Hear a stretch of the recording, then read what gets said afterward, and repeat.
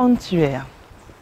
Il s'agit d'un acronyme qui décline les stratégies utiles pour optimiser notre système immunitaire. À chaque lettre, un spécialiste se fera un plaisir de venir partager avec nous des informations et des astuces pour optimiser notre santé. Alors, relevez le défi, mettez vos chaussures de sport et entrez avec moi dans cet espace protégé, le sanctuaire.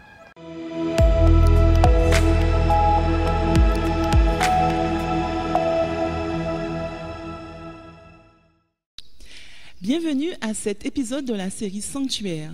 Je m'appelle Fanélie Saint-Germain et aujourd'hui je reçois Marie-Laure Stralka. Bonjour Marie-Laure. Bonjour Fanélie. Je suis ravie de vous recevoir ici cet après-midi. Moi aussi, je suis ravie d'être là. Aujourd'hui, nous allons parler de la lettre U. U comme utilité au travail.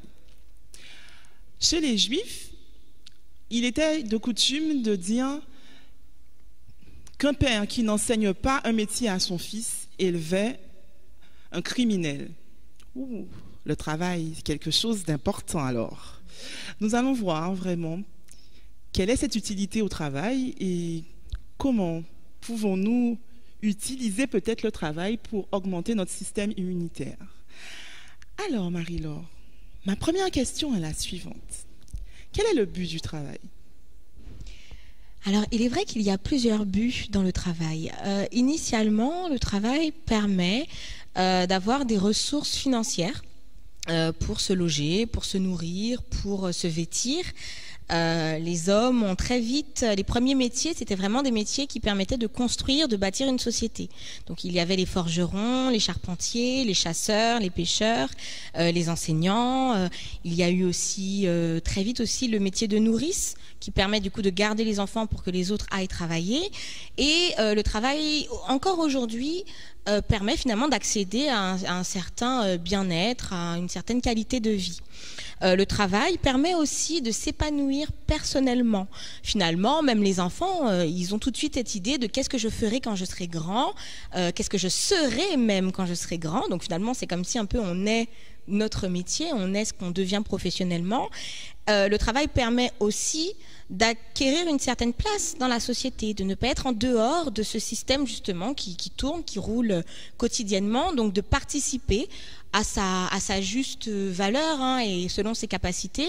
Et donc finalement, on soigne, on éduque, on crée, on construit, on répare, on cuisine, on prend soin les uns des autres. Et même finalement, j'avais même cette idée que même que ce soit même dans l'administratif, qui est quelque chose d'un peu plus peut-être informatique, enfin oui, voilà, où on a l'impression que c'est des choses où on est un peu moins sur le terrain, mais même cela, ça permet finalement d'accéder à une certaine légalisation de ce qu'on fait et donc de permettre aux choses d'avancer. On le voit pour les constructions de maisons, on le voit pour l'accès aux soins, l'accès aux droits. Donc chaque travail finalement permet à la société de rouler, d'avancer et permet du coup à chaque individu d'avoir son bien-être. Les enfants sont nourris à la cantine, on arrive dans des locaux propres, on accède à une éducation à l'école, l'infirmier procède à des soins et finalement on travaille tous en fait pour l'autre et on reçoit aussi le bénéfice du travail de l'autre. Un des derniers points aussi qui permettent de rendre le travail utile, c'est toutes les interactions et ça on va le voir aussi dans les autres questions de l'importance aussi dans l'utilité du travail des interactions sociales. Wow, déjà là, je trouve que c'est intéressant, c'est valorisant de travailler. Il ne s'agit pas juste d'avoir sa paye à la fin du mois. Alors. Exactement. Mais quels sont les bienfaits du travail sur la santé et particulièrement, dans le cadre qui nous intéresse, du système immunitaire ? Alors le travail, c'est une activité professionnelle. Ce n'est pas une activité sportive, mais c'est une activité finalement quand même qui engage le corps, qui permet de ne pas rester sédentaire avec le travail. Alors effectivement, il y a des professions qui qui sollicite beaucoup plus le corps, il est vrai, où vraiment on est dans une activité sportive, physique, qui demande même un certain entretien. Mais il y a aussi une certaine activité intellectuelle. Donc le travail à la fois nous rend moins sédentaires, mais aussi permet de maintenir nos capacités cognitives, intellectuelles, où on raisonne, où on est logique, où on se concentre, où on doit être un peu flexible, anticiper les tâches. Et ça demande beaucoup d'efforts de sport finalement au cerveau. Donc le travail maintient un peu effectivement toutes ces capacités.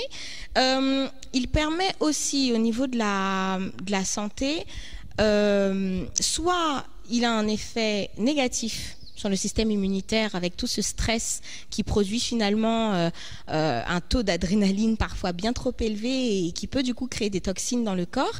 Et on le voit souvent, on va en parler tout à l'heure, avec le stress, on voit même son corps aussi se modifier avec des maux, avec des douleurs, avec un sommeil difficile.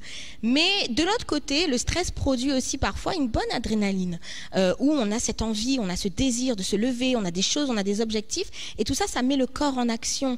De la même manière que un cœur joyeux est un bon remède, un esprit actif aussi est un bon remède. Et c'est important vraiment comme ça met le corps dans une certaine dynamique de vie.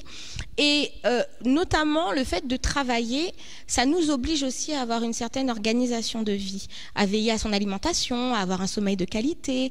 Ça nous oblige vraiment à avoir un accès aux soins aussi. On fait attention à sa santé, on prend soin de soi parce qu'on se dit, tiens, lundi, il y a le travail, il faut que je prenne soin de moi ce week-end, il faut que je m'organise, etc.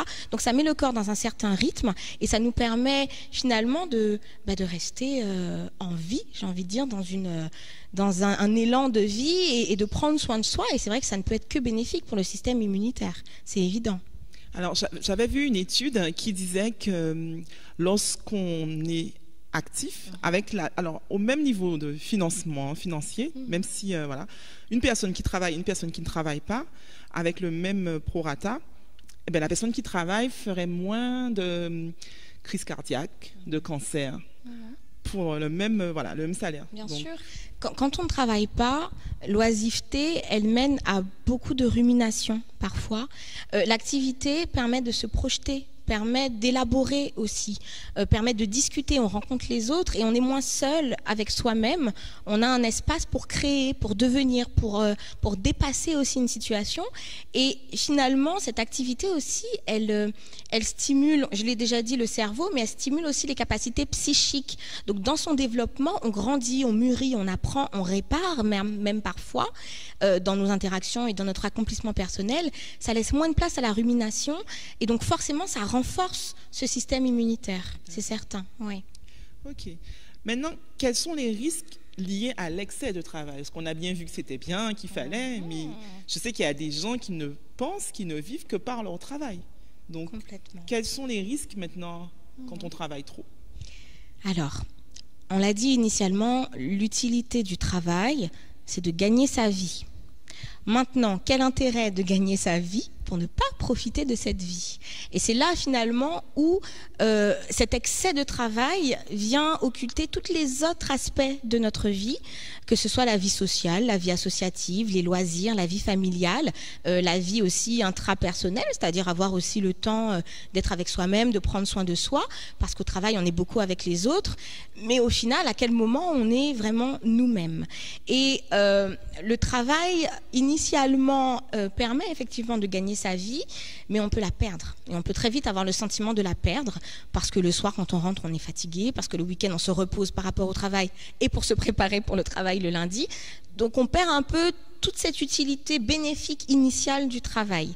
Il y a un terme qui revient souvent depuis notamment 2002, je crois, c'est le terme burn-out. Le burn-out, qui est passé récemment, qui a été reconnu comme une maladie professionnelle, c'est ça. Et donc le burn-out, je reprends quand même mes notes parce que les mots sont importants, c'est un épuisement physique, émotionnel, mental, qui résulte finalement d'un investissement prolongé, donc bien trop étalé dans le temps, sans arrêt, sans scander, sans prendre des pauses, dans des situations de travail exigeantes sur le plan émotionnel. Le travail, on est quand même des humains, d'accord? Et donc toute machine a une, comment dire, a une notice, Un mode d'emploi. Et en fait, on arrive, le risque lié à l'excès de travail, c'est d'occulter ce mode d'emploi, d'oublier, de voir la machine fumer, s'enrayer, et qu'en fait, si on avait juste pris le temps de lire ce mode d'emploi et de faire tout ce qui est nécessaire à l'être humain, à part le travail, forcément que on a moins de risques. Alors, comment reconnaître le burn-out pour vous, qui nous regardez, et même pour nous, il faut même que nous-mêmes nous soyons attentifs à cela. Vous allez vous sentir épuisé émotionnellement, vidé. Vous allez vous sentir cynique vis-à-vis du travail, très sarcastique, très agacé, toujours pessimiste par rapport à toutes les nouvelles, par rapport aux interactions aussi que vous aurez au travail, démotivé, moins efficace, difficulté à se concentrer, à anticiper vos tâches, difficulté à avoir de la mémoire, irritabilité dans les relations à l'autre, que ce soit à la maison, avec vos amis. Vous serez très vite envahi, en fait, épuisé, débordé, et tout vous semblera fatigant. Et puis bientôt, peut-être que vous aurez du mal à vous alimenter, vous oublierez même d'aller aux toilettes dans la journée, vous allez mal dormir, avoir des maux de tête, de dos. Et en fait, tout ça, c'est que vous êtes coupé de votre humanité. Vous n'êtes plus un humain, vous devenez une machine, vous devenez un objet. Et donc, il faut vraiment faire attention à avoir une harmonie avec effectivement une productivité, de l'efficacité dans les tâches, mais un cadre quand même de travail qui est adapté à l'être humain avec ses vulnérabilités, ses limites. Il faut faire attention à la pénibilité, la fatigabilité. Il faut aussi avoir conscience de ses capacités. Il y a des personnes qui ont des handicaps physiques ou mentaux. On ne travaille pas de la même manière quand on est souvent déprimé ou quand on a un terrain physique fragile ou quand on a eu un grave accident ou un trauma. Il faut aussi s'écouter et adapter. Il faut se rapprocher de la médecine du travail, de son médecin traitant, du pôle emploi, de son patron, échanger à l'inspection du travail, échanger avec ses collègues et vraiment avoir un lieu de vie, puisque pour moi le travail fait partie des lieux de vie. Et que de la même manière que vous adaptez votre vie quotidienne, le travail doit être aussi adapté à qui vous êtes, à ce que vous êtes, pour éviter finalement d'avoir tous ces effets. Parce que l'excès du travail, même un peu de travail peut être un excès pour quelqu'un. D'accord ? Donc ça demande vraiment d'évaluer pour vous-même à quel moment vous arrivez à l'excès. Voilà. D'accord. Okay. C'est important, hein ? Oui, tout à fait. Alors maintenant, j'aurais voulu que vous me disiez quelques mots pour les personnes qui sont au chômage. Nous avons vu les bienfaits du travail, et celles qui sont au chômage, qu'est-ce qu'il leur reste du coup ? Alors, il y a une chose que je dis souvent à mes patients qui vivent des fois qui ont parfois par exemple des maladies incurables ou qui viennent de vivre des traumas, des pertes importantes. C'est que finalement, quand on est au fond, quand on perd tout, en tout cas quand on a le sentiment de tout perdre, il ne reste plus qu'à créer. Il ne reste plus qu'à recommencer, qu'à essayer autre chose, différemment. Alors, malgré tout, il y a des personnes au chômage qui le vivent bien parce qu'elles sont en reconversion professionnelle, parce qu'elles ont elles-mêmes choisi de rompre un contrat de travail, qu'elles sont elles-mêmes en train de s'orienter vers autre chose. Mais déjà, premièrement, justement, c'est de connaître le contexte. Voilà, quel est le contexte ? Dans quel contexte est-ce que vous avez été mis au chômage ? Est-ce qu'on vous a licencié ? Est-ce que c'est un choix ? Est-ce que finalement c'est qu'il vous manque des compétences ? Est-ce que c'est parce que vous allez peut-être vers une branche qui n'est pas peut-être pas la vôtre ou bien qui n'est pas adaptée à vos compétences ? Voilà, donc déjà l'idée c'est de regarder le contexte. Est-ce qu'il faut refaire un bilan de compétences ? Est-ce qu'il faut se réorienter ? Est-ce qu'il faut faire une formation de plus ? Est-ce qu'il ne faut pas prendre ce temps aussi de recréer autre chose, ou est-ce que ce n'est pas le moment justement de se poser pour éviter le burn-out et de recréer, d'imaginer autre chose, d'aller vraiment vers les instances compétentes pour recréer ce parcours professionnel, un parcours professionnel qui sera adapté. N'hésitez pas, pour ceux qui le vivent difficilement, à en parler à vos proches. Le chômage n'est pas, pour ceux qui le vivent difficilement en tout cas, il est vécu difficilement pour des raisons différentes. Certaines personnes, c'est parce qu'ils se sentent inutiles, d'autres parce qu'ils manquent de vie sociale, d'autres parce que du coup ils n'ont pas cette reconnaissance, d'autres parce qu'ils sont envieux de ceux qui y arrivent. Certains sont au chômage parce qu'ils ont un objectif hyper élevé, mais que du coup ils n'ont pas la patience d'arriver progressivement. Donc il faut aussi prendre le temps d'échanger avec vos proches bienveillants, honnêtes avec vous, pour faire quand même ce travail. Et de l'autre côté, gardez une espérance. Ayez confiance en vous, vous avez les compétences. Si vous êtes arrivé jusque-là, c'est peut-être un temps, mais qu'est-ce qui est possible pour la suite ? Et pour créer une suite, il faut aussi se rallier aux autres. Vous n'allez peut-être pas pouvoir créer cette suite seule. Donc si vous avez ce sentiment de solitude, d'injustice, de fatigue, de découragement, adressez-vous aux autres. Parce qu'il y a des solutions plus adaptées qui finalement viendront en fait de vos échanges avec les autres, professionnels ou proches. Voilà. Mais la personne qui est au chômage peut aussi être utile quand même à la société, même si elle est au chômage. Bien sûr. Et du coup, moi, la question qui me vient, c'est qu'est-ce que le bienfait, qu'est-ce que le bien-être hédonique? Est-ce que ça a à voir quelque chose? Bien sûr. Le bien-être hédonique, finalement, c'est un terme théorique qui vient englober tout ce dont on parle depuis tout à l'heure. C'est finalement être présent dans sa vie, habiter sa vie, avoir conscience de soi, avoir conscience de ses désirs, de ses envies, de ses rêves, de ses limites, de ses capacités, et avoir une vie qui vous satisfait. Le bonheur hédonique, le bien-être hédonique, c'est être dans une vie qui me convient. Alors, c'est peut-être pas le travail parfait, mais en plus d'un travail où, bon, j'ai pas eu la chance d'avoir le poste que je voulais, etc., ou d'être dans la branche que je souhaitais, mais à côté, j'ai une vie familiale, spirituelle, sociale, ou même associative, épanouie. J'ai des passions, j'ai des hobbies, j'ai des activités, et donc, il y a un certain équilibre adapté à qui je suis, à ma santé mentale, à ma santé physique, adapté à ma santé financière aussi, parce que souvent, on le voit, il y a un déséquilibre, et quand on part, par exemple, quand on vit au-dessus de ses moyens, on n'est plus dans un bien-être hédonique. Quand on vit au-dessus de ses capacités physiques, on se sent épuisé. Quand on vit au-dessus de ses capacités mentales aussi, on se sent épuisé. Et c'est là, le déséquilibre, c'est ce qui crée un peu le sentiment de mal-être.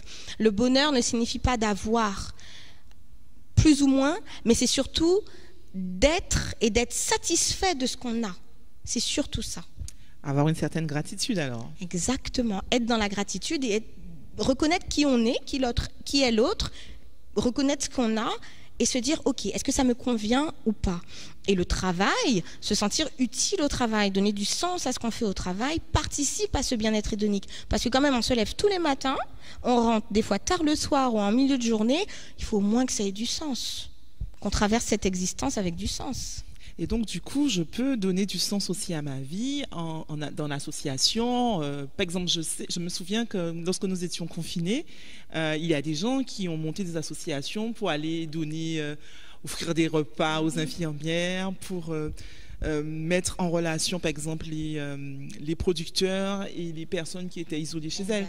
Donc ça donnait du sens à leur vie et du coup, même s'ils ne travaillaient pas, ils étaient dans ce bien-être dont on parle. C'est ça, c'est toujours... Et toujours, c'est quand même l'idée de construire une société, finalement, parce que la tâche, le travail, finalement, c'est apporter quelque chose à l'autre, un service rendu, ou vendre, mais même quand on vend, on rend service, on apporte quelque chose à l'autre. Et alors, on est il y a plus de bonheur à donner qu'à recevoir. On est vraiment dans cette dynamique, ce cercle vertueux où on se sent utile. Et donc, comment justement entretenir ce sentiment? Parce que, franchement, des fois, on se lève le matin, on est en train de se dire, oh, il faut encore y aller. Le week-end, on est en week-end, le week-end passe vite. Mais comment maintenir ce sentiment d'être utile et que ce qu'on fait, c'est utile à la société? Oui. Alors, c'est pas toujours possible. Il faut qu'il y ait des jours sans. Je pense, on peut pas. Si on cherche toujours des jours avec, on va être vite déçu. Mais les jours où c'est possible, déjà de se rappeler quel est le sens de votre métier. Pourquoi? À quoi ça sert? Qui en profite? Qui profite de ce que vous faites? Si vous êtes secrétaire, si vous êtes agent de propreté, si vous êtes agent de sécurité, si vous êtes hôtesse d'accueil dans les magasins, si vous êtes médecin, infirmier, avocat, agriculteur, oui, apiculteur, fleuriste, psychologue, et même les étudiants, infirmière, enfin tous ces métiers, même peintre dans le bâtiment, carreleur. Quel sens vous allez donner à l'autre surtout? Et du coup, vous êtes en train de construire, on est un peu comme dans une grande ruche. Et en fait, de se dire, ouais, ça a du sens. Et puis, vous rappelez que vous avez un salaire à la fin du mois, voir les jours avancer vers la date aussi où vous allez être rémunéré. Ça fait du bien. Vous savoir ce que vous allez faire avec cet argent. Avoir des objectifs, se donner des objectifs au travail. Mais n'oubliez pas, il n'y a pas que le travail dans la vie. Donc, Ce travail va vous permettre aussi à aboutir à d'autres objectifs dans votre vie personnelle et donc avoir des objectifs personnels. Par exemple, on a prévu par exemple d'aller au zoo avec les enfants ou d'aller au zoo en famille ou d'avoir un repas sur la plage tel jour. Bon ben cool, c'est vrai qu'à la fin du mois, j'aurai ça. Ou bien des fois aussi en allant au travail, on crée du réseau, on se fait des contacts, donc ça permet d'être en interaction. Enfin, il faut vraiment vous demander qu'est-ce que vous retirez de votre travail et qu'est-ce que les autres aussi en retirent. Voilà. Et se rendre compte aussi, puisque vous avez des compétences et que vous donnez quelque chose aux autres, quelles sont aussi les compétences que les autres vous apportent, et donc travailler en équipe. Je pense que l'un des facteurs du burn-out, c'est d'essayer de tout faire seul. Et là où les choses perdent leur sens, c'est que vous vous réveillez tous les jours comme Superman, mais Superman, il était finalement un peu seul. C'est-à-dire qu'il y a un moment, il y a un sentiment d'impuissance et le travail perd toute son utilité et vous perdez aussi votre utilité parce que vous n'êtes pas, vous êtes exceptionnel, vous êtes unique, mais vous n'êtes pas seul dans cette ruche. Donc vraiment, intégrer que vous faites partie d'un ensemble et que vous n'êtes pas le seul sens à cet ensemble. Et donc, les choses prennent du sens parce que vous participez à une vie sociale, à une vie professionnelle. Ouais. Okay. Donc, reconnaître votre valeur, quand même, très important. Ok. Donc, il y aurait une relation entre la santé spirituelle et la santé physique? Je pense que oui, totalement. On le voit, hein, peu importe comment vous exercez votre spiritualité, la spiritualité, c'est vraiment l'idée de prendre soin de ce qu'il y a à l'intérieur. D'accord ? Donc on a le corps physique, mais il y a aussi l'âme. Psychologie, c'est la science de l'âme. Et la spiritualité, c'est prendre soin de votre esprit. D'accord ? Donc c'est le nourrir par des relations, le nourrir par des activités physiques, le nourrir par l'observation de la nature, apprendre aussi de la nature, il y a énormément de choses à apprendre quand on regarde le mouvement de la mer, quand on regarde les animaux, quand on regarde la nature. Tout ça, c'est de la spiritualité. La méditation également, la prière, les chants, la louange, le fait de vivre aussi dans une communauté, de partager des croyances spirituelles avec d'autres personnes, peu importe ces croyances, c'est vraiment important que de nourrir sa spiritualité. Parce qu'alors, on prend de la distance. Et alors, on travaille, certes, mais il n'y a pas que le travail. Et le travail a du sens. Donc, il y a moins de stress. Donc, il y a moins de fatigue physique. Il y a moins d'engourdissement, d'enquistement physique où on est là, où il y a un mal-être, où on dort mal. Alors, je ne dis pas qu'avoir une spiritualité exempte de tout ça. Hein. On peut avoir effectivement une grande spiritualité et quand même être fatigué. On n'est pas immuable, on est des êtres humains. Mais c'est vrai que plus on exerce comme ça cette vie spirituelle au quotidien, plus ça diminue les risques liés à la dégradation de ce corps humain qui est vulnérable. Malgré tout, il y a quand même des maladies qui ne sont pas liées au stress du travail. On peut parfois avoir un super équilibre au travail, une super vie spirituelle, mais le corps est touché par des maladies et c'est pas forcément que lié au stress ou au travail, etc. Mais ce qui est sûr, c'est d'essayer de nourrir cette vie spirituelle pour élargir notre horizon, donner du sens à ce qu'on fait et avoir plus d'espérance, et c'est vrai que cognitivement parlant, intellectuellement parlant, ça libère l'esprit, ça ouvre l'esprit, ça libère vos capacités aussi, et ça permet d'être moins crispé dans une vie qui n'a pas de sens, qui est terne, où on regarde qu'à terre. Non, l'idée c'est de lever la tête et de regarder en haut et de regarder vers l'avenir et de regarder aussi autour de soi et d'y aller ensemble. Donc pour moi, la spiritualité, c'est un ensemble de ces choses-là, et forcément qu'il ne peut y avoir que des bien-être physiques, même dans la maladie. J'ai pu accompagner un patient sur son lit de mort, c'est un terme qui est triste, et c'est vrai qu'il exerçait sa spiritualité même aux portes de la fin, et il continuait et ça le nourrissait, il recevait beaucoup d'amour, beaucoup de joie, il ressentait un bien-être énorme, et il y avait effectivement les antidouleurs, mais après les échanges avec sa famille, après les échanges avec le psychologue ou les autres soignants, et même quand il avait, par exemple, il lisait sa Bible, ou il écoutait des chants, ou il discutait avec des personnes, mais il sentait cette douleur diminuer, parce qu'on est rempli d'autres choses, parce que l'esprit aussi, le cerveau travaille, libère ses hormones, et on se sent plus soutenu aussi sur le plan physique. Donc même dans la maladie, on peut encore aussi prendre soin de cette santé physique, et oui, on peut passer par la spiritualité. Voilà. Merci beaucoup. En conclusion, je dirais, utilité au travail, se donner du sens à sa vie. Waouh! J'ai l'impression que tout s'enchaîne, que tout se lie. nous avons parlé de gratitude, nous avons parlé d'espérance. Je vous invite à entrer dans le sanctuaire et à bientôt.